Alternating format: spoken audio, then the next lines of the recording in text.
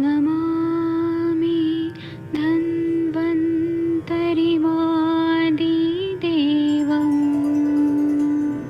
सुरासुरैर्वन्दितपादपद्मम् लोके जरामृत्युनाशं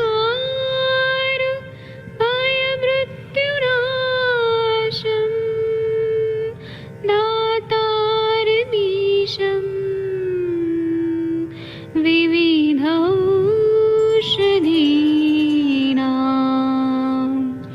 शङ्खं चक्रं जलौकां दधतं मृतघटं चारुतोर्भिश्चतुर्भिः सूक्ष्मस्वच्छादिरुद्यं शुकपरिविलसन् मौलिमं भोजनेत्रं कालाम्बोदोज्ज्वलाङ्गं कटितटविलसत् चारुपीताम्बराढ्यं वन्दे धन्वन्तरिन्तं निखिलगदमिव प्रौढदावाग्निनीलम्।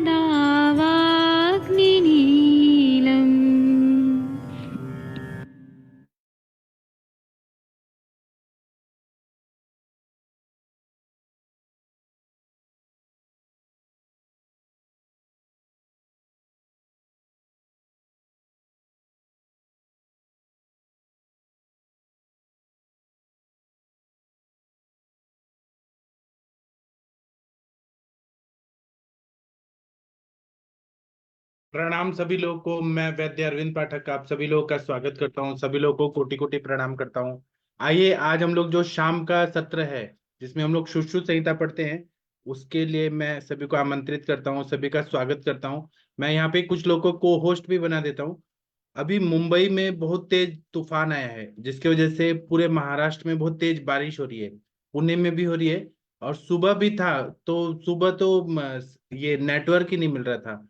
मैं सुबह 1 घंटे से 5 से 6 बजे तक ट्राई किया, आ ही नहीं रहा था, लैपटॉप चल ही नहीं रहा था, इतना स्लो नेटवर्क था। अभी तो नेटवर्क आया है लेकिन अभी भी बारिश हो रही है बहुत तेज यहाँ पे। अभी कैसा होगा पता नहीं, इसलिए मैंने को होस्ट बना दिया है सभी लोग को।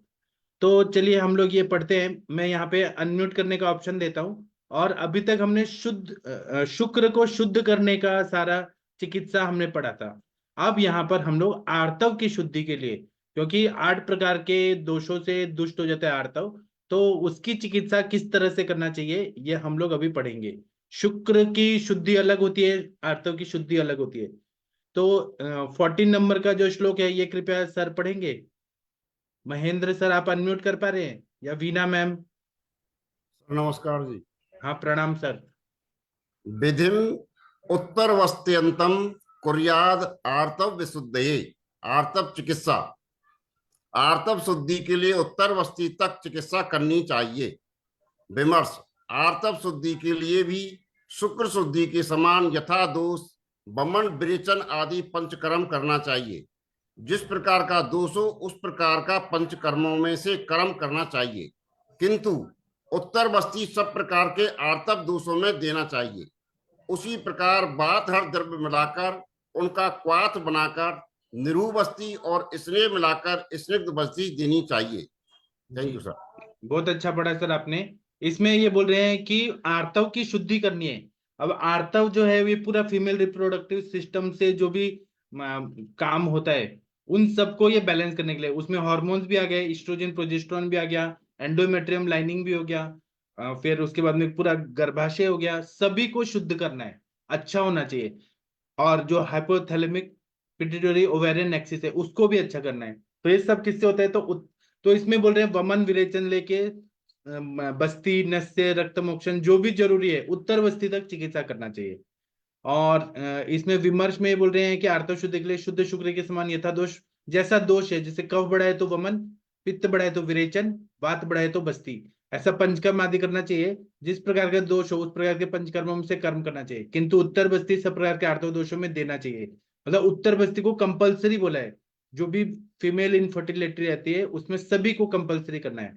उसी प्रकार वातहर द्रव्य मिलाकर उनका क्वाथ बनाकर निरूप बस्ती और स्नेह मिलाकर स्निग्ध बस्ती देना चाहिए, ऐसा इन्होंने यहाँ पे बताया है। अब हम इसकी टीका पढ़ेंगे। दलहनाचार्य जी क्या बता रहे हैं? अच्छा, यहाँ पे 13, 14, 15, 16, 16 नंबर के श्लोक तक पढ़ना है, तब हम टीका पढ़ सकते हैं। तो सर आप ये पढ़ेंगे 15, 16, ये पूरा पढ़ना है हाँ सर। जी। स्त्रीणाम स्नेहादि युक्तानाम चतुस्रव वार्तव आर्तवातीसु कुर्यात् कलकान पिचुंसापि पथ्यान अन्य चामनानी च स्नेहन स्नेहन स्वेदन आदि को शुद्ध हुई स्त्रियों की योनि में वात पित्त कफ रक्त से दूषित आर्तवों की पीड़ा के लिए कल्क रखे, पिचु धारण करे और दोषों का अनुकूल हितकर प्रक्षालनों का उपयोग करना चाहिए। विमर्श या आर्तव शब्द से ही अर्थापत्ति से स्त्रियों का ग्रहण होता है, तो भी स्त्रियों का निर्देश इसलिए किया कि युवतियों का बोध हो। कुड़प गंधी और अल्प सुकृत रक्त से उत्पन्न होने वाले शुक्र दोष पुरुषों में बताए, उसी प्रकार रक्त से उत्पन्न होने वाला कुड़प गंधित्व का ग्रहण इस जगह नहीं कर सकते, क्योंकि कुड़प गंधी असाध्य होता है। इसलिए कुड़प गंधी से विश्र गंधी तात्पर्य है। कलकों का वर्णन योनि व्यापद में दिया है। हाँ ग्रंथि हाँ, ग्रंथि रज फार्मूला जो हम लोग बार बार बोलते हैं वही पता है। चलिए पढ़िए सर। ग्रंथि भूते पिबेत पाठाम त्रियूषणम वृक्ष काणी च। ग्रंथिभूत आर्तव की चिकित्सा। ग्रंथि युक्त आर्तव में पढ़ा नहीं, वो पाठ है। पाठा, त्रियूषण, सोंठ, मिर्च, पीपल और वृक्षक मोखा, इनका क्वाथ पीना चाहिए। विमर्श, यह क्वाथ द्रव्य 2 तोला, जल 16 गुणा और अपशिष्ट 8 तोला रहने पर उतारकर पिलाना चाहिए। हाँ, और यहाँ पे जो वृक्षक है ना उसको इंद्र समझना चाहिए, क्योंकि पाठा इंद्र त्रिकटु ये है, उसका ही पर्याय नाम है मोखा और या फिर वृक्षक होता है। चलिए मैं इसका पढ़ देता हूँ, फिर हम लोग डिस्कस करते हैं। तो इसमें बोल रहे हैं कि स्नेहन और स्वेदन पहले दे दिया हमने, आर्तव की शुद्धि करनी है तो हमें पहले स्नेहन स्वेदन कर देना है, फिर उसके बाद में हमने वमन विरेचन वगैरह बस्ती वगैरह कर दिया। आर्तव की पीड़ा हो रही है, आर्तव की पीड़ा कैसे हो रही है कि वात की वजह से जो पेन हो रहा है, पित्त की वजह से बर्निंग पेन हो रहा है, कफ की वजह से भी पेन हो रहा है, या पीड़ा का मतलब है कि जितने भी तकलीफें हैं वो हो रहा है। और रक्त से दूषित आर्तव की पीड़ा के लिए कल्क रखना है। कल्क के बारे में और ग्रंथों में और डिटेल में दिया गया है कि कौन से कल्क रखने चाहिए। पिचु धारण करना है, दोषों के अनुकूल हितकर प्रक्षालन का प्रयोग करना है। यहाँ लोशन लिखा है लेकिन हम लोग त्रिवल्कल क्वाथ, पंचवल्कल क्वाथ से या त्रिफला क्वाथ से हम योनि धावन करते हैं। ऐसा प्रक्षालन करना है। अगर जैसे व्हाइट डिस्चार्ज हो रहा है, इन्फ्लेमेशन हो रहा है, सर्विसाइटिस हो रहा है, कैंडिडा का इन्फ्लेमेशन है, तो उन सब के लिए ये चीजें बताइए। यहाँ आर्तव शब्द से अर्थाप्ति में स्त्रियों का ग्रहण होता है, लेकिन वहां पे स्त्रियों का निर्देश इसलिए किया गया है कि युवतियों मतलब लेडीज, छोटी बच्चियों का भी बोध होना चाहिए। कुणव गंधी और अल्प शुक्रत्व रक्त से उत्पन्न वाले शुक्र दोष पुरुषों में बताए हैं। उसी प्रकार रक्त से उत्पन्न वाले कुणव गंधित्व का ग्रहण इस जगह नहीं कर सकते हैं, क्योंकि कुणव गंधी असाध्य होता है, इसलिए कुणव गंधी से विस्त्र गंधी तात्पर्य है। तो विस्त्र गंधी का हम लोग चिकित्सा कर सकते हैं, लेकिन कुणव गंधी का नहीं कर सकते हैं। कुणव गंधी मतलब मुर्दे की गंध वाला, उसकी नहीं है चिकित्सा। लेकिन विस्त्र गंधी जो आर्तव है उसकी चिकित्सा हम करते हैं कि आर्तव की शुद्धि हो जाएगा। विस्त्र गंधी कुछ अलग तरह का स्मेल आता है, जैसे मछली होती है उस तरह का स्मेल आता है, वो हम ठीक कर सकते हैं। कल्कों का वर्णन योनि व्यापक के बारे में जब बताया है उसमें डिटेल में है, और चरक संहिता में भी योनि व्यापक में डिटेल में बताया है, वहां देखना चाहिए। और 16 नंबर का जो है ये फेमस है बहुत ज्यादा। जो लोग भी एंडोमेट्रियम लाइनिंग कम होती है उसमें ग्रंथिरज फॉर्मूला देते हैं, या इरेगुलर मेंसेस है उसमें पाठा इंद्र त्रिकटु देते हैं, तो सभी को ये फायदा होता है। ये फॉर्मूला कभी फेल नहीं होता है। मैंने खुद अपने इतने साल के प्रैक्टिस में देखा है कि यह रिजल्ट आता है। तो ग्रंथिभूत आर्तव की चिकित्सा में ये करने के लिए बताया गया। इसी की अब हम टीका पढ़ेंगे। इसमें सर और भी है, चंदन क्वाथ में दुर्गंधे को संकाशे 16 तक है ये, इसीलिए 16 तक है, लेकिन ये टीका में कुछ आगे पीछे है, वो और पढ़ना है। उसमें 16 है, यहाँ पे 14 है, तो 2 लोग और पढ़ लेते हैं। श्लोक और पढ़ लेंगे तो आ जाएंगे, फिर हम टीका पढ़ सकते हैं। हाँ सर, ये पढ़िए, दुर्गंधि पुए संकाशे। दुर्गंधि पूय संकाशे मज्ज तुल्य तथा आर्तवी पिवेद पिवेद वज्रश्रय क्वाथम चंदन क्वाथम एव च। दुर्गंध युक्त आर्तव के लिए दुर्गंध युक्त पूती गंध वाला मज्जा के समान आर्तव होने पर सफेद चंदन या रक्त चंदन का कषाय देना चाहिए। यहाँ पर पद से मूत्र पुरुष का गंध समझना चाहिए। भद्रश्री है, यहाँ भद्रश्री है, ऐसा पाठ भी है। भद्रश्री का अर्थ गोपी चंदन ऐसा महाराष्ट्र भाषा में होता है। वह यहाँ अभिप्रेत नहीं है, वह तो केवल सफेद वर्ण का वैष्णव पंथनीय लोगों के चंदन के लिए होता है। उसमें दुर्गंध हरण करने की ताकत नहीं होती है। एक और वाला श्लोक पढ़िए। शुक्र शुक्र दोष हराणाम च यथा स्वम अवचारणम दोषाणाम शुद्धिकरणम शेषा स्वप्या आर्तवातिषु अन्नम शालियवम मध्यम हितम मांसम च पित्तलम। बातादि दुष्ट आर्तवों की चिकित्सा। शुक्र दोष हरण करने वाली औषधियों का आर्तव दोषों में भी प्रयोग करना चाहिए। इसमें शालिधान्य, जौ, मध्य, मांस और पित्तवर्धक हितकर है। विमर्श। आर्तव के दोषों का शुक्र दोषों के समान स्नेहन स्वेद आदिकों द्वारा निराकरण करना चाहिए। दोषाणाम इस जगह योगा नाम भी पाठ है। वे योग रसायन बाजीकरण इत्यादि मूत्र दोष प्रतिशोध के लिए लिखे हुए समझना चाहिए। जी, बहुत बढ़िया पढ़ा सर आपने। ये 19 वाला बाद में पढ़ते हैं सर। ठीक सर। तो इसमें ये बता रहे हैं कि दुर्गंध युक्त आर्तव है। बहुत सारे पेशेंट हमारे पास आती हैं मैडम लोग, वो बोलती हैं कि हमें दुर्गंधी आ रही है बहुत ज्यादा, है ना। उसी तरह से पूती गंध वाला है और मज्जा के समान आर्तव है सफेद, तो उसमें क्या देना है, सफेद चंदन या लाल चंदन का कषाय। ये इतना बढ़िया होता है, ये प्रैक्टिकली हमने प्रैक्टिस में यूज किया है। रक्त चंदन का काढ़ा दे दीजिए या चंदन का काढ़ा दे दीजिए, पूरा आर्तव को शुद्ध कर देता है। जहां पे दुर्गंध युक्त आर्तव है वहां पे वो संप्राप्ति को भंग कर देता है, क्योंकि चंदन में ऐसे गुण है कि वो एक तो पित्त का शमन कर देता है, और आर्तव में जो रक्त की दुष्टि है, आर्तव में जो वहां पे एंडोमेट्रियम लाइनिंग में कुछ ना कुछ दुष्टि है वो ठीक करेगा। और चंदन जो है वो पित्त शामक है, वर्ण गण में भी बताया है, रक्त की शुद्धि करता है, इसलिए और आर्तव की भी शुद्धि करता है, इसलिए इसका प्रयोग करना चाहिए। दूसरा ये बोल रहे हैं कि वातादि दुष्ट आर्तवों की चिकित्सा, जैसे वात से, पित्त से, कफ से जब आर्तव दुष्ट होता है, तो जैसे शुक्र दोष को हरण करने वाली औषधियां हैं, वात शामक, पित्त शामक, कफ शामक, वैसे आर्तव दोषों के लिए भी उनका प्रयोग करना चाहिए। और अभी औषधियां यहाँ पे वनस्पति वाला बताया है, लेकिन हम लोग जैसे वहां पे आजकल रसकल्प और हर्बल और ये सब यूज करते हैं, जैसे महायोगराज गुगुल, त्रयोदशांग गुगुल, लाक्षा गुगुल, आभा गुगुल। पित्त शामक में हम लोग प्रवाल पंचामृत, कामदूधा, सुशेखर रस, कफ के उसमें त्रिउशन, मतलब त्रिकटु, फिर पंचकोल, और मतलब लशुनादिवटी वगैरह, जो चित्रकादिवटी, जो हम शुक्र के दोष के लिए जो मेडिसिन यूज करते हैं वो हम आर्तव के शुद्धि के लिए भी करें, वात पित्त कफ के हिसाब से। और उसके साथ में हम लोग शाली धान्य दें, जो लाल चावल होता है शाली धान्य, वो दें।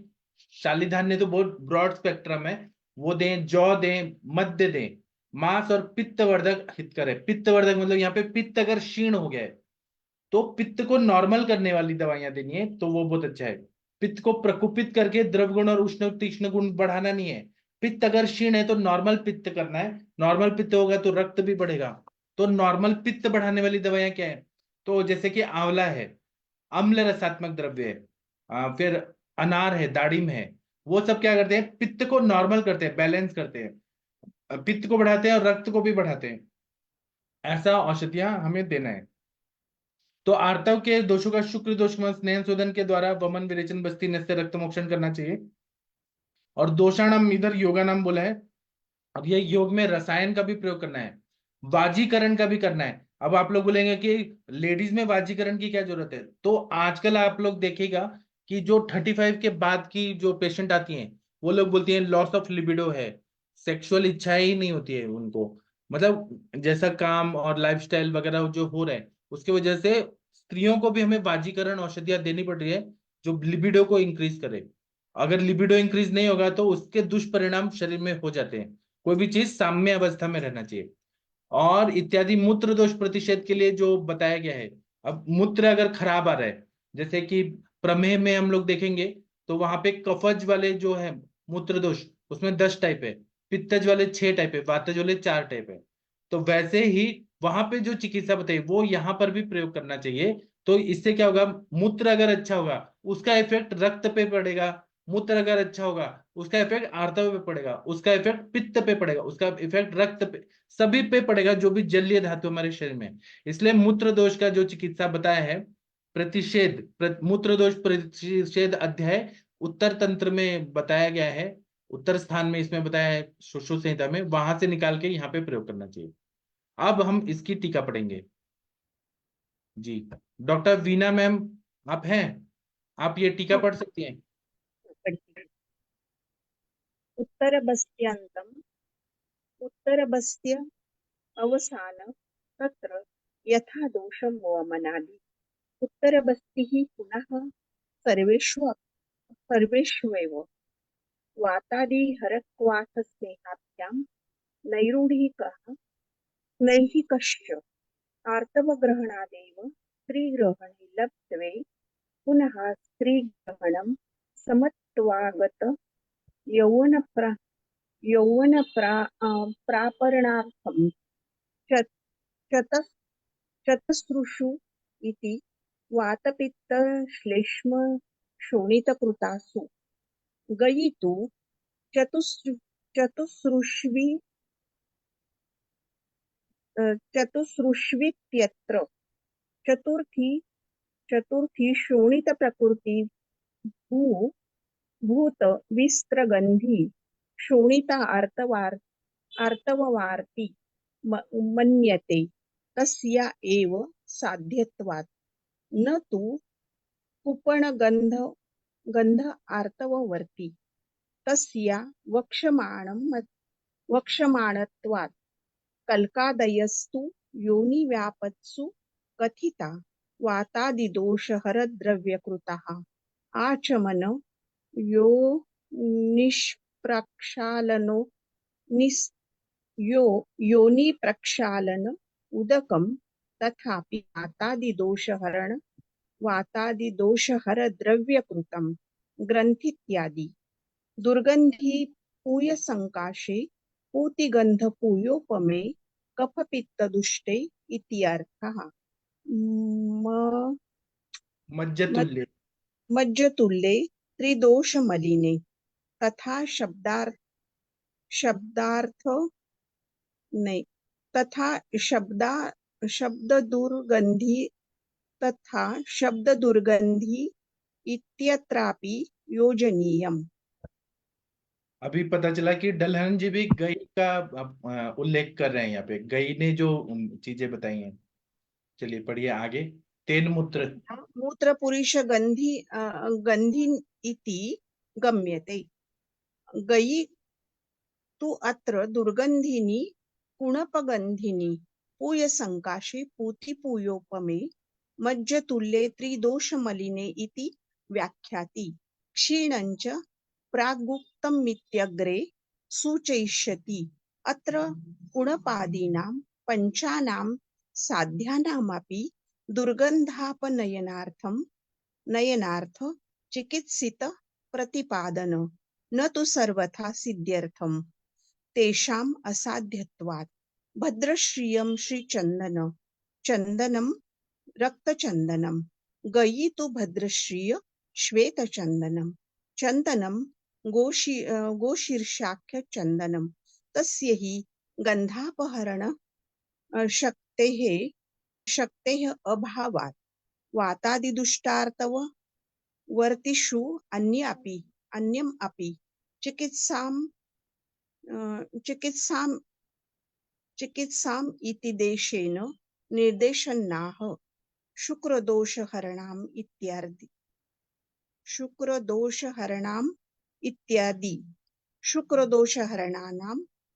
शुक्रदोषहराणां स्नेहस्वेदादिपूर्वाणा यथा दोषम् योगानां रसायनवाजीकरण मूत्रदोष प्रतिपेदोक्तानां शेषासु वाताद्यैक एकदोषजनिता स्वार्थवर्तिषु शुद्धीकरण अवचारणं कार्यमिति सम्बन्धः।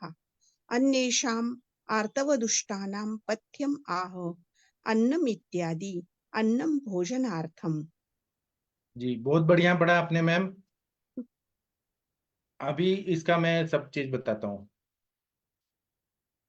इसमें पहले बोल रहे हैं कि उत्तर बस्त्यंतम, उत्तर बस्ती के तक, उत्तर बस्त्यावसान, मतलब हमें स्नेहन स्वेदन वमन विरेचन बस्ती, उत्तर बस्ती तक सारी चिकित्सा करनी है।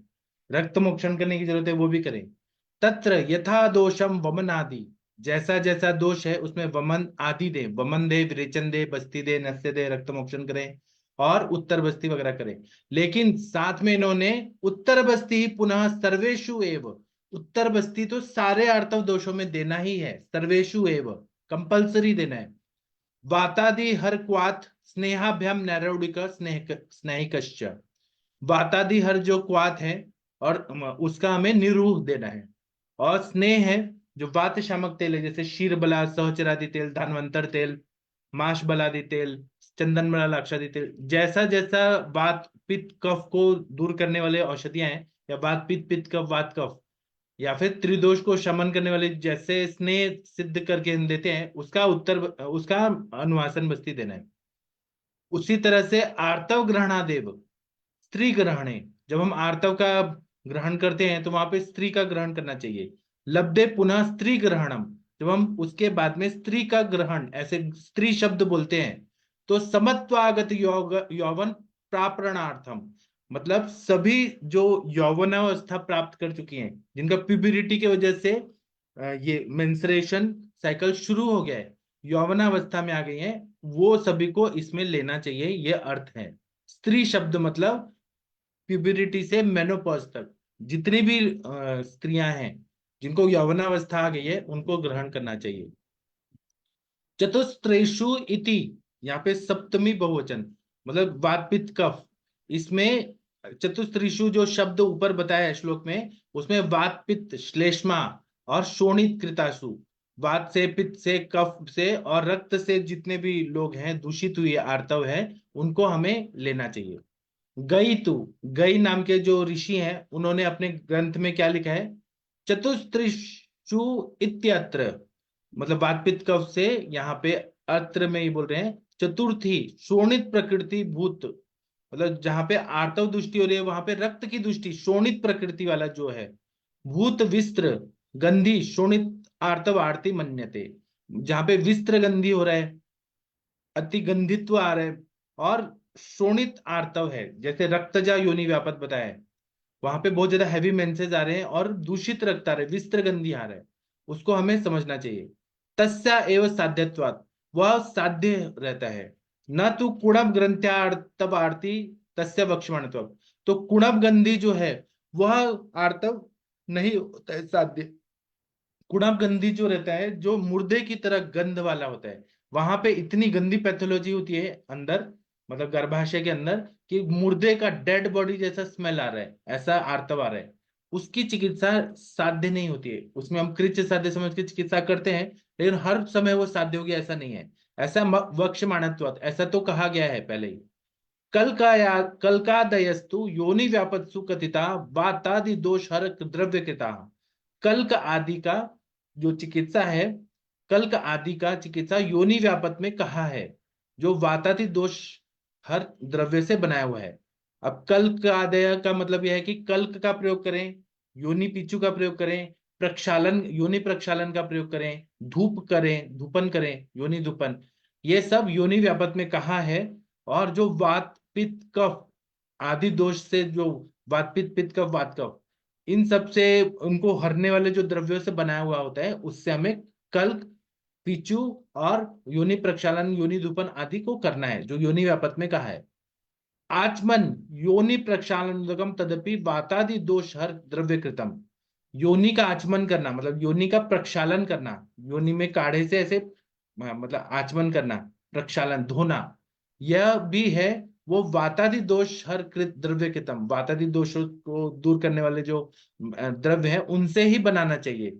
जैसे कि अगर वात से बना वात है तो हम लोग दशमूल काढ़ा का प्रयोग कर सकते हैं, या फिर रासनायरण मूल आदि का कर सकते हैं, देवदारू आदि क्वाथ का कर सकते हैं, सहचर आदि क्वाथ का कर सकते हैं।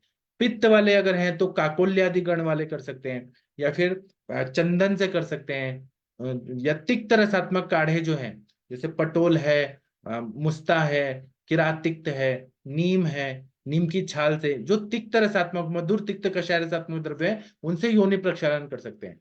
कफ वाले जो हैं वो हम तिक्त रस से कर सकते हैं, कटु रस से कर सकते हैं, और कषाय रस वाले द्रव्यों से, अगर जो जैसे लोद्र से करते हैं हम लोग योनि प्रक्षालन, या फिर हम लोग पंचवल्कल क्वाथ से जो कषाय रसात्मक होता है उससे करते हैं, या फिर हम लोग तिक्त रसात्मक पंचनिम्बादी क्वाथ, या फिर मतलब जो भी तिक्त रसात्मक द्रव्य उससे कफ वाले करते हैं। तो यही चीज बोल रहे हैं कि योनि को प्रक्षालन करना है तो वातादि दोषों के हिसाब से, दोषहर चिकित्सा के हिसाब से वो द्रव्यों का सिलेक्शन करके हमें योनि प्रक्षालन करना है। फिर बोल रहे हैं ग्रंथित इत्यादि, ग्रंथित इत्यादि से आगे क्या बोल रहे हैं, उसको हमें ग्रंथि इत्यादि में करना है। दुर्गंधि पुय संकाशे, जब दुर्गंध आ रहा है और पस आ रहा है, पूति गंध पुयोपमे, पूति गंध मतलब सड़ा हुआ गंध आ रहा है और पस वाला है, तो उसे हमें कफ और पित्त से दुष्ट समझना चाहिए। ग्रंथित इत्यादि जब बोल रहे हैं तो वहां पे हमें वात और श्लेष्मा से दूषित ग्रंथि रज ऐसा समझना चाहिए। लेकिन जहां दुर्गंधी है वहां पे पित्त है, दुर्गंधी पुय संकाशे पुत्ति गंध पुयोपमे, वहां पे कफ और पित्त की दृष्टि है। मज्ज तुल्य त्रिदोष मलिने, जैसे मज्जा रहता है, किसी का बोन मैरो रहता है, उसमें जैसा वैसा अगर आर्तव आ रहा है, बहुत गाढ़ा गाढ़ा आ रहा है मज्जा की जैसे, तो वहां पे तीनों दोषों से मलिन हुआ आर्तव है। तथा शब्दा दुर्गंधि तित्रापि योजनीयम, वहां पे शब्द हो रहा है दुर्गंधी, ऐसा योजनीय, ऐसा बोला है, शब्द और दुर्गंधी इति अत्रापि योजनीयम। तो वहां पे गंदा स्मेल भी आ रहा है, दुर्गंध भी आ रहा है, तो उसको हमें मूत्र पुरुष गंधे से ऐसा समझना चाहिए कि वहां पे गंदा मूत्र जैसा स्मेल आ रहा है, पुरुष जैसा गंध आ रहा है। गंध शब्द का मतलब यह है कि वहां पे गंदा, बहुत गंदा स्मेल आ रहा है। गई तू अत्र दुर्गंधिनी कुणब गंधिनी, गई का मत ये है, गई जो ऋषि हैं उनका मत ये है कि दुर्गंधिनी, जब दुर्गंध है तो कुणब मतलब जैसा डेड बॉडी होता है, मुर्दे की गंध वाला, उसको लेना चाहिए। पुए संकाशे का मतलब है पुति पुयपमे, सड़ा हुआ और पस जैसा। मज्ज तुल्य त्रिदोष मलिने इति व्याख्याति, जब तीनों दोषों से जब रहता है दूषित तो मज्जा की तुल्य ऐसा गई का मत है, तीनों दोष प्रकोपित होते हैं। क्षीण च प्रागुक्त मित्यग्रे सूचयति, जब क्षीण आर्तव है, जहां पे बहुत स्कैंटी मेंसेस आ रहे हैं, तो उसको तो हमने पहले बता दिया है। अत्र कुणपादिनाम पंचानाम असाध्यम अपि, जो कुणप आदि जो है वो पंच जो है वो असाध्य होने के बाद भी दुर्गंधापयनार्थम, दुर्गंध को अपनयन मतलब निकालने के लिए चिकित्सा, चिकित्सित प्रतिपादन, उसके लिए चिकित्सा बताया गया है। न तो सर्वथा सिद्ध्यर्थम, वो हमेशा सिद्ध होगा ऐसा नहीं है। तेषाम असाध्यत्वात्, वो हमें मालूम है कि वो असाध्य भी है, लेकिन हमें चिकित्सा करनी है। हम क्या पता चिकित्सा करने से कुछ कम दृष्टि हो तो वो ठीक हो जाएगा, लेकिन वो न तो सर्वथा सिद्ध्यर्थम, हर समय वो सिद्ध होगा ऐसा नहीं है। हमें मालूम ये होना चाहिए, सभी पेशेंट को ये नहीं बोलना चाहिए कि हम परमानेंट ठीक कर देंगे, हम कोशिश करेंगे, अगर होना है तो हो जाएगा, नहीं होना है तो असाध्य भी हो सकता है। भद्रश्रियम श्री चंदन, मतलब भद्रश्री पर्याय नाम है, सिनोनिम है चंदन का। चंदनम रक्त चंदनम, चंदन में रक्त चंदन लेना चाहिए। गई तो भद्रश्रियम श्वेत चंदनम, चंदनम गो शीर्षाख्यम चंदनम, मतलब गई ऐसे बोल रहे हैं कि भद्रश्री मतलब सफेद चंदन, और चंदन ये होता है गोर शीर्षाख्य चंदनम, गाय का जो खुर होता है, सिंग होता है, वैसा रक्त चंदन, वो भी लेना चाहिए। तस्य ही गंधापहरणम शक्तिराभावात, मतलब वहां पे गंध अगर बहुत ज्यादा हो रहा है, स्मेल आ रहा है, तो वहां पे गंध को अपहरण, उनको दूर करने के लिए, वो भाव का अभावात, उसको दूर करने के लिए चंदन का प्रयोग करना है या रक्त चंदन का प्रयोग करना है। वातादि दुष्टा नाम, दुष्टा आर्तवा आर्तवाश आर्तवीषु आर्तेषु अन्यामपि, मतलब वातादि से दुष्ट जो आर्तव है उसके अलावा चिकित्सा मतिदेशन, चिकित्सा का देश होने से निर्देशन ना, शुक्र दोष हराणम इत्यादि। जैसे शुक्र दोष की चिकित्सा बताया है वैसे ही पैरेलल हमें वातादि दुष्ट आर्तव है उसकी चिकित्सा भी कहा गया है, या अतिदेश तंत्र युक्ति से हमें समझ के वैसे ही निर्देश किया हुआ चिकित्सा यहाँ पर भी प्रयोग करना चाहिए। जैसे कि अगर वात से दुष्ट है तो वहां पे बस्ती बताया जाता है, तो हमें निरु और अनुवासन बस्ती देना है वाथर तेलों से, वाथर क्वाथ से। अगर पित्त है तो मधुर तिक्त कषाय रस वाले द्रव्यों को इंटरनली और बस्ती वगैरह में देना चाहिए। अब जैसे पित्त से दूषित बहुत है, दाहपाक बहुत हो रहा है, ऐसा पित्त से शुक्र दुष्टि है, तो यहाँ पे पित्तला योनि व्यापक में वैसे ही द्रव्य चंदन मरा लाक्षादि तेल और बहुत सारे पित्त शामक काढ़े वगैरह, रस पाचक रक्त पाचक जो तिक्त रसात्मक है, या मधुर, या जैसे हम लोग शतावरी का भी प्रयोग करते हैं, या फिर शब्दोद्घृत को देते हैं खाने के लिए, लोकल एप्लीकेशन के लिए। कफ के लिए तो कफ शामक द्रव्य का प्रयोग करते हैं। तो जैसा शुक्र दोष को हटाने के लिए चिकित्सा है वहीं पे वैसे ही आर्तव के लिए भी करना चाहिए, या वमन विरेचन बस्ती जो देना है वो देना है। शुक्र दोष हराणम स्नेह स्वेदादि पूर्वाणम यथा स्व यथा दोषम। शुक्र दोष को दूर करने वाला षष्ठी बहुवचन है स्नेह स्वेदादि पूर्वाणम, जो स्नेहन स्वेदन वमन विरेचन आस्थापन नस्य रक्त मोक्षण जो पहले कहा है, यथा स्व यथा दोषम, जैसा दोष है वैसा चिकित्सा करना चाहिए। योगानम रसायन वाजीकरणम मूत्र दोष प्रतिषेधोक्तानाम। योगा नाम जब कहा है तो योगों का मतलब रसायन का प्रयोग करना है। अब स्त्री रसायन भी बताता है, स्त्रियों को हमें, जहाँ पे टीबी हो गया है, ट्यूबरकुलोसिस का इतिहास है और वहां पे क्षयात्मक संप्राप्ति है, तो हम लोग जैसे राज्यक्ष्मा में हम लोग सीतोपलादी चूर्ण देते हैं, ब्रह्म रसायन देते हैं, अश्वगंधावलेह देते हैं, च्यवन प्राशावलेह देते हैं।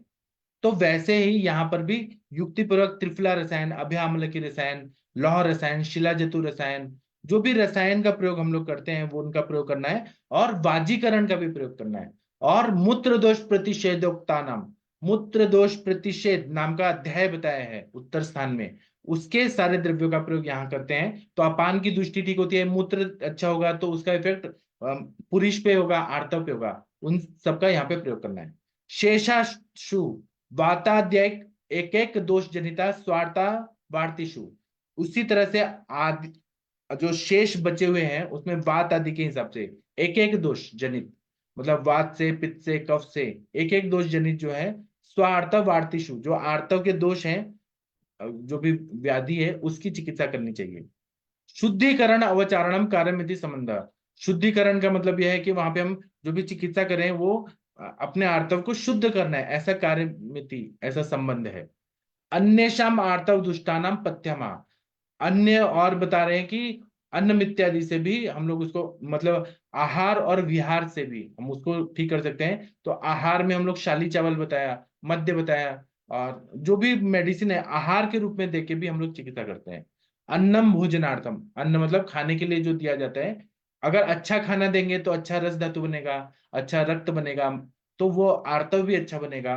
तो अपने आप जो हमारा डाइटरी रेजिमेन है उससे सारे प्रॉब्लम सॉल्व हो जाते हैं। ये टीका का अर्थ है।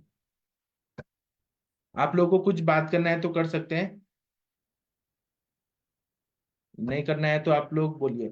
अभी 19 नंबर का जो श्लोक है शुद्ध आर्तव का लक्षण, अनुरिता मैम आप अगर पढ़ना चाहें तो पढ़ सकती हैं। आप मुंबई में है कि पुणे में है मैम अनुरिता मैम? नहीं सर, आज वोट करने पुणे में आई हूँ, कल जाऊंगी मैं बॉम्बे। गुड इवनिंग तो एवरीबॉडी। आपने वोट किया? हाँ जी सर, मैंने किया वोट। राहुल गांधी को? सर वो तो गोपनीय। जी सर ये चलिए, ना शुद्ध आर्तव के लक्षण। हाँ पढ़िए। हाँ जी। शशास्त्रकम प्रतिमं यत्तु यद्वा लाक्ष्वा रसोपमं तदार्थम प्रशंसन्ति यद्वा सोना विरंजयत। बहुत सही लक्षण बताया सर ये, और ये दिखता भी है और एक्चुअली। आप पढ़ाती भी है ना ये चीजें? मैं गर्भ शरीर में ये अभी अब मेरे क्वेश्चन आंसर्स में था ये, अभी के एग्जाम में फर्स्ट ईयर का लिया था, पढ़ा जी। दिया सर। हिंदी वाला पढ़िए ना। हाँ जी, शुद्ध आर्तव का लक्षण। आर्तव जो दोष निराकरण विधि के बाद में शुद्ध आर्तव का लक्षण बताते हैं। तो शुद्ध आर्तव के रक्त के समान काला सा लाल होता है, या लाक्षा रस। सर ये थोड़ा सा इधर से कट चुका है तो मैं ऐसे, हाँ नहीं, अभी दिख रहा है। अच्छा, मैं थोड़ा तो इधर करूँ? थोड़ा सा बस, क्योंकि वो ना थोड़ा करता है, सेंटर में नहीं आ रहा। और बड़ा करूँ? हाँ नहीं, बड़ा ठीक है, लेकिन वो कंप्लीट लाइन मुझे अब? वो, हाँ अब हो रही। ठीक है। तो शुद्ध अर्थ खरगोश के रक्त के समान काला सा लाल होता है, या लाक्षारस के तुल्य होता है। इसी प्रकार जिसको धोने से कपड़े पर, धोने से कपड़े पर दाग ना रहे, ऐसा अर्थ प्रशंसनीय होता है। और पाठ भेद के अनुसार जो पानी में घुल ना सके, ऐसा। तो विमल इसका की, मतलब क्या है, हमें समझाइए, इसका मतलब क्या है ये सर? अच्छा अच्छा सर, एक्चुअली जैसे हम बोलते हैं कि अभी ट्रीटमेंट हम दे रहे हैं, या जो भी हमारे मेरे आज भी मेरे पास में जो केस आई थी, वही जो अशुद्ध आर्तव है, या फिर पीसीओडी प्रॉब्लम है, या पेशेंट का हार्मोनल इश्यूज है, तो ये सारा चीज रिफ्लेक्ट कहाँ पे होता है? जो आर्तव हमारा बनता है, तो उस आर्तव के इसमें श्रोतावरोधक संप्राप्ति या पित्त का या वात का जो भी। लेकिन जब हम उसको ट्रीटमेंट करके सामने वाले का कैसे पता चलेगा कि वो शुद्ध आर्तव बन रहा है? हर बार तो हम ओव्यूलेशन साइकिल या हार्मोनल ऐसे या ऐसे नहीं कर सकते। तो इतना सही और सटीक ये चीज है कि मैंने खुद मतलब लिटरली जब आप लॉन्ग टर्म ट्रीटमेंट करते तो ये चीज बताते हैं कि जो, और वो भी व्हाइट कपड़ा, कॉटन का व्हाइट कपड़ा अगर आप लेते हैं, और उस पे अगर आप जो भी आर्तव है वो डालने के बाद में अगर इजीली धुल जाता है, पानी से निकल जाता है और दाग नहीं रहता है, तो वो शुद्ध आर्तव का लक्षण बताया है। लेकिन उसके पहले उन्होंने किसके समान होता है, तो ये भी बताया कि जो खरगोश रहता है, खरगोश का जो खून है वो थोड़ा सा एकदम डार्क ब्राउन रेड जैसे रहता है, काला सा लाल जो बताया, डार्क रेड। या फिर जो हमारी लाख बनती है, लक्षा जिसे बोलते हैं, लाक्षा रस, तो लाक्षा रस के तुल्य इसका कंसिस्टेंसी रहता है। इसका कंसिस्टेंसी आप लाख को देखिएगा, थोड़ा सा थिकन कंसिस्टेंसी रहता है, पतला नहीं रहता है। तो वो भी इन्होंने इसके साथ में हमारे आइडेंटिफिकेशन के कैरेक्टर्स बता दिए, देन कंसिस्टेंसी बता दिया, और सबसे मेन चीज हम कहाँ पे हमारा ट्रीटमेंट से ये कर सके। जैसे अभी काफी सारी इनफर्टिलिटी की मैम आपका से आवाज। पूछे, लेकिन वो शुद्ध है, हाँ जी वो शुद्ध बोलिए। है कि नहीं वो हाँ। नहीं बता पाते। तो आपको बहुत इजीली कि आपको कब इन्वेस्टिगेशन कराना है या कब ट्रीटमेंट चेंज करना है, या आपको किस तरीके से आप अनुमान लगा सकते हैं, तो अनुमान प्रमाण के लिए भी और सटीक जो हमारे आचार्यों ने बताया है, तो उसके अनुसार ये जो बताया, शशास्त्रकम प्रथमम लघु या यद्वा लाक्षारसोपमम, ये जो श्लोक है ये बहुत प्रैक्टिकली इसमें कारागार होता है, तो ये बताया सर। जी, और विमर्श पढ़ विमर्श लीजिए। में, जी। हाँ जी, आधुनिक दृष्टि से 28 दिन के बाद में, 28 दिन के बाद में प्रायः गर्भाशय, एक मिनट सर, जस्ट मैं इसको, हाँ, गर्भाशय से निकलने वाला रक्तस्राव आर्तव होता है। यह प्रायः 4 से 8 दिन तक भी रहता है। इसकी मात्रा 4 से 10 औंस भी होती है, अर्थात 10 तोले से लेकर 25 तोले तक होता है। यह आयु के 12 वर्ष या उसके उपरांत आरंभ होता है और 40 से 28 साल तक रहता है, किंतु सगर्भावस्था में और दुग्धपान अवस्था में बंद रहता है। वृद्ध वाग्भट ने लिखा है कि आर्तवम पुनः द्वादश दश क्या? रुधिर लाक्षारसो, ये है आर्तवम पुनः शशास शश शश रुधिर रुधिर, लाक्षा हाँ शश रसोपमम। रुधिर लाक्षारसोपमम, मतलब वही सिर्फ उनका मतलब उन्होंने भी खरगोश के खून से ही उसकी तुलना की गई है। धौतम च विरंजमानम शुद्धम आहु, मतलब उनका कहना है कि धुलने के बाद में जो भी है वो जो कपड़े पे दाग ना गिरे, तो उसी को अलग शब्दों में कहा गया है वृद्ध वाग्भट ने। इनका मत सुश्रुत के मत से मिलता है। व्यवहार में दोनों प्रकार के अर्थ तो मिलते हैं। प्रथम,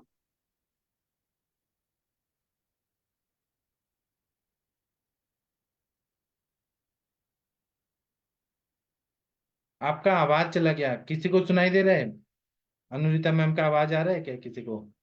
नहीं सर। गुंजा फल सवर्ण, जो हमारा गुंजा नाम का जो फल है उसका वर्ण भी डार्क रेड कलर का रहता है। तो यहाँ पे सर एक्चुअली यहाँ आगे भी पढ़ना है सर, क्योंकि आधा कट पूरा गया है कंप्लीट शायद कर उधर दीजिए से। ना, पूरा कंप्लीट कर हाँ दीजिए। एक मिनट, सर मतलब गुंजा फल सवर्णन च इतना ही आ रहा है, इसके बाद में मेरे अच्छा, इसमें दिख नहीं रहा है। आप आगे चले गए, हमें आपकी आवाज ही नहीं सुनाई दी। इसमें बोले हैं कि अच्छा अच्छा, शुक्र सॉरी का सर। धब्बा नहीं छूटता है, आर्तव का भी धब्बा नहीं छूटना चाहिए, ये एक हाँ मत है। हाँ और किसी का मत है कि हाँ। धब्बा निकल जाना चाहिए, ये एक हाँ मत है। जी। हाँ जी। तो ये दोनों भी मत यहाँ पे बताए गए हैं। हाँ चलिए पढ़िए। और दूसरा गुंजा फल चीज, सवर्णम च हाँ, पद्मालक्त गुंजा सन्निभम। फल, हाँ, गुंजा फल सवर्णम च प्रद्मालक्त सन्निभम इंद्रगोपम संकाशम आर्तवम चम आर्तवम इवम शुद्धम शुद्धमेव तत्। उद्दमेव तत् मांसात निश। सर ये तो दूसरा श्लोक हो गया। मेरा हाँ, विमर्श यहीं पे खत्म होता है कि पढ़ना है मुझे आगे। आपको नहीं पढ़ना है ओके। तो आप रुक जाइए, कंचन मैम आप नहीं पढ़िए। नहीं नहीं नहीं नहीं, ऐसा कुछ नहीं सर, मैं पूछ रही हूँ आपको क्योंकि आपको आपको लेकिन शायद दिख रहा एक्सप्लेन है ना करना। कि चश्मा लग गया है आपको।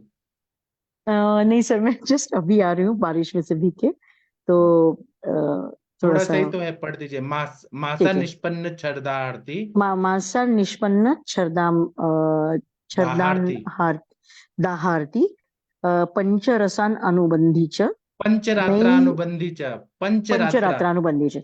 हाँ, इसमें मतलब जो भी अब तक आपने पढ़ा था उसमें सारी उन्होंने मतलब हमारी जो मेनार की कब शुरू होती है, कौन से वक्त में राइट टाइम है। पहले केस में उन्होंने 12 साल या 12 साल के बाद में बताया।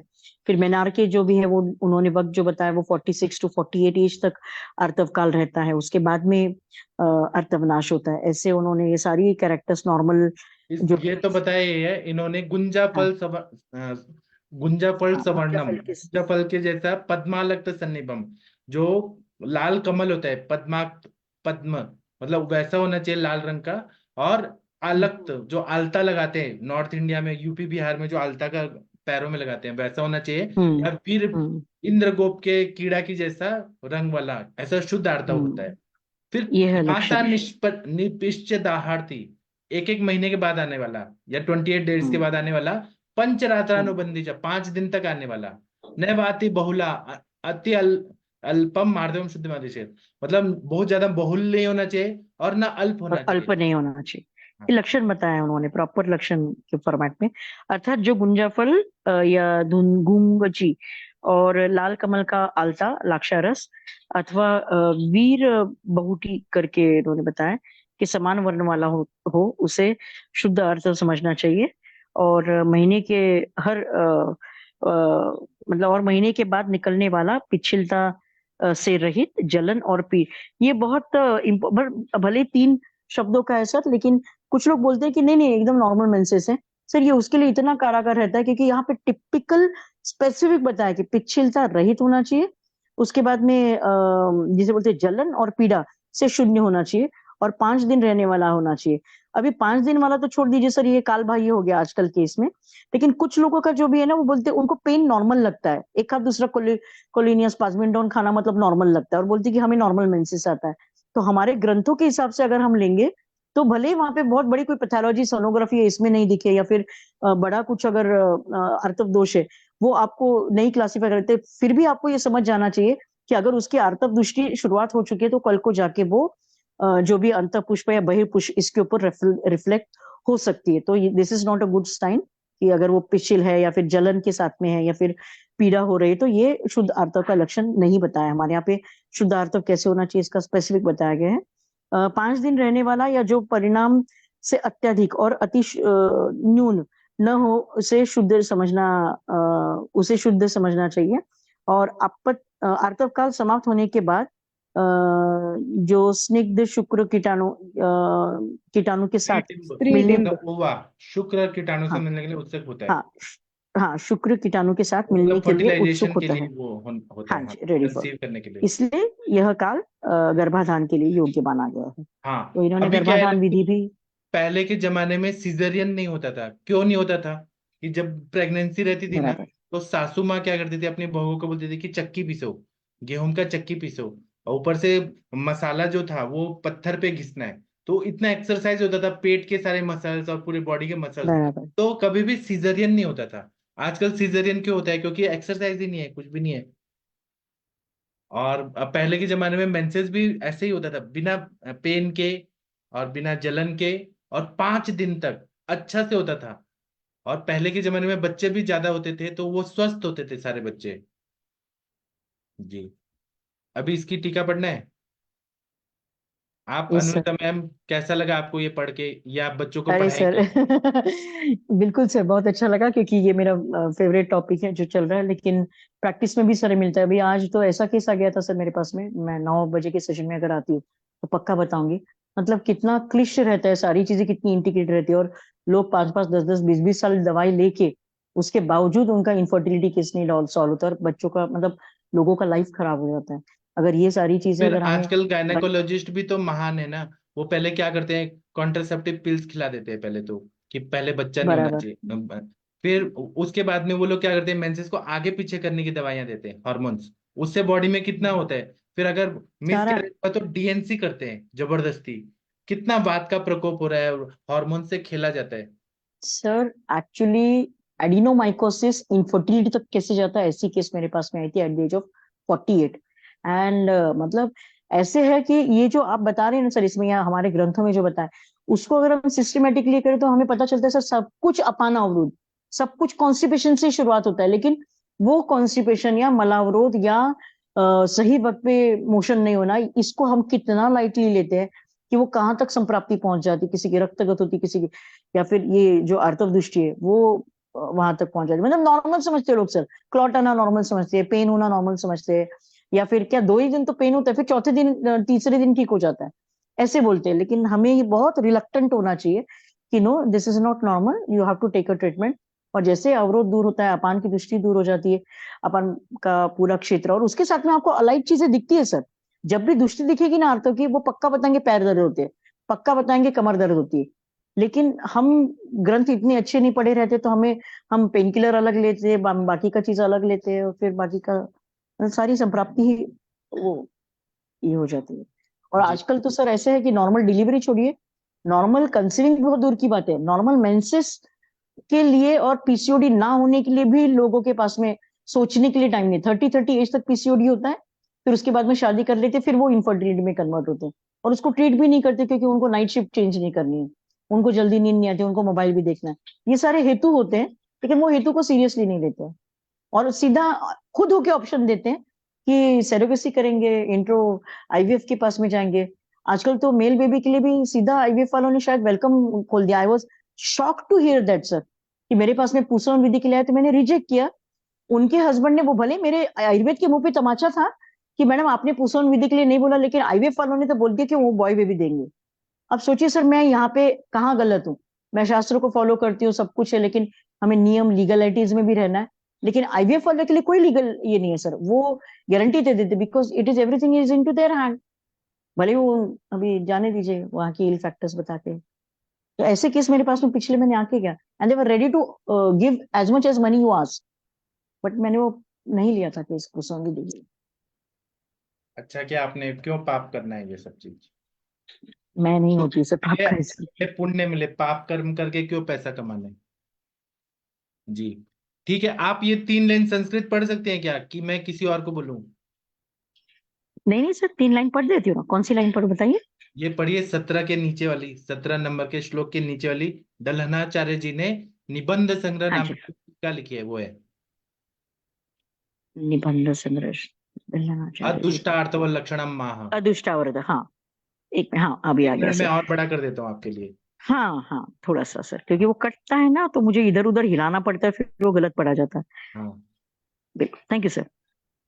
अदुष्ट अर्थव लक्षण लक्षणम आह शशासृकम इत्यादि यत अर्थवम वा संस्थितम शुष्कम शुष्कम उदक प्रक्षालितम वासो न विरंजयेत रागो राग उपेतम वस्त्रम च वस्त्रम न कुर्यात् तत् प्रशंसन्ति गर्भजनन जनन आयेति शेषा गर्भजनन आयेति शेषाः। हाँ, इसका मतलब ये है कि जब 17 नंबर का श्लोक का शुरुआत हुआ है, किससे हुआ है? शशासक प्रतिमम, मतलब शशासक इत्यादि से।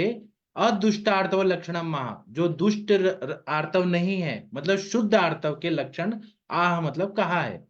यत आर्तवम, कैसा बताया है जो आर्तम? वासितम शुष्क मुदम प्रक्षालितम वासो न विरंजित। मतलब ये तो इन्होंने ये बता दिया कि खरगोश के रक्त की तरह होना चाहिए, लाक्षारस की तरह होना चाहिए, ये सब बता दिया है। और जब वो सूख जाता है आर्तव कपड़े पे या फिर पैड पे, तो जब हम पानी से धोते हैं तो वो कपड़े को विरंजित न विरंजित उस पे लगा नहीं रहता है, वो निकल जाता है। रागोपेतम वस्त्रम न कुर्यात्, उसमें रेडनेस नहीं रखता है, वो पूरा धुल जाता है। तत्प्रशंसन्ति, उसकी प्रशंसा की गई है, जो गर्भ जनन के लिए सबसे बेस्ट रहती है, वो आर्तव अच्छा होता है। और वो कपड़े पे लग के रहे, उसको धोने पानी से धोया तब भी वो नहीं निकल रहा है, उसको सोप लगा के निकालना पड़ रहा है, तो वो आर्तव खराब आर्तव होता है, वो गर्भ जनन करने के योग्य नहीं रहता है। ये पहले के जमाने के हिसाब से ये आर्तव की परीक्षा बताई है। आप लोग को कुछ बोलना है तो बोल सकते हैं, बाकी का जो श्लोक और टीका है वो हम कल करेंगे। आप लोग को कुछ बोलना है? नहीं, तो अभी हम सेशन बंद करते हैं। दूसरा श्लोक शुरू कर सकते हैं लेकिन वो अधूरा रह जाएगा। हम लोग कल 7 बजे फिर सुश्रुत संहिता पढ़ेंगे, और आज रात को 9 बजे हम लोग क्लिनिकल संभाषा करेंगे। सुबह 6 बजे माधव निदान पढ़ेंगे, और उसके बाद हम 7 बजे अष्टांग हृदय पढ़ेंगे सुबह 7 बजे। तो अभी 9 बजे फिर मिलते हैं। थैंक यू, प्रणाम सभी लोग को। और ये सेशन कल 7 बजे होगा। Thank you. Thank you.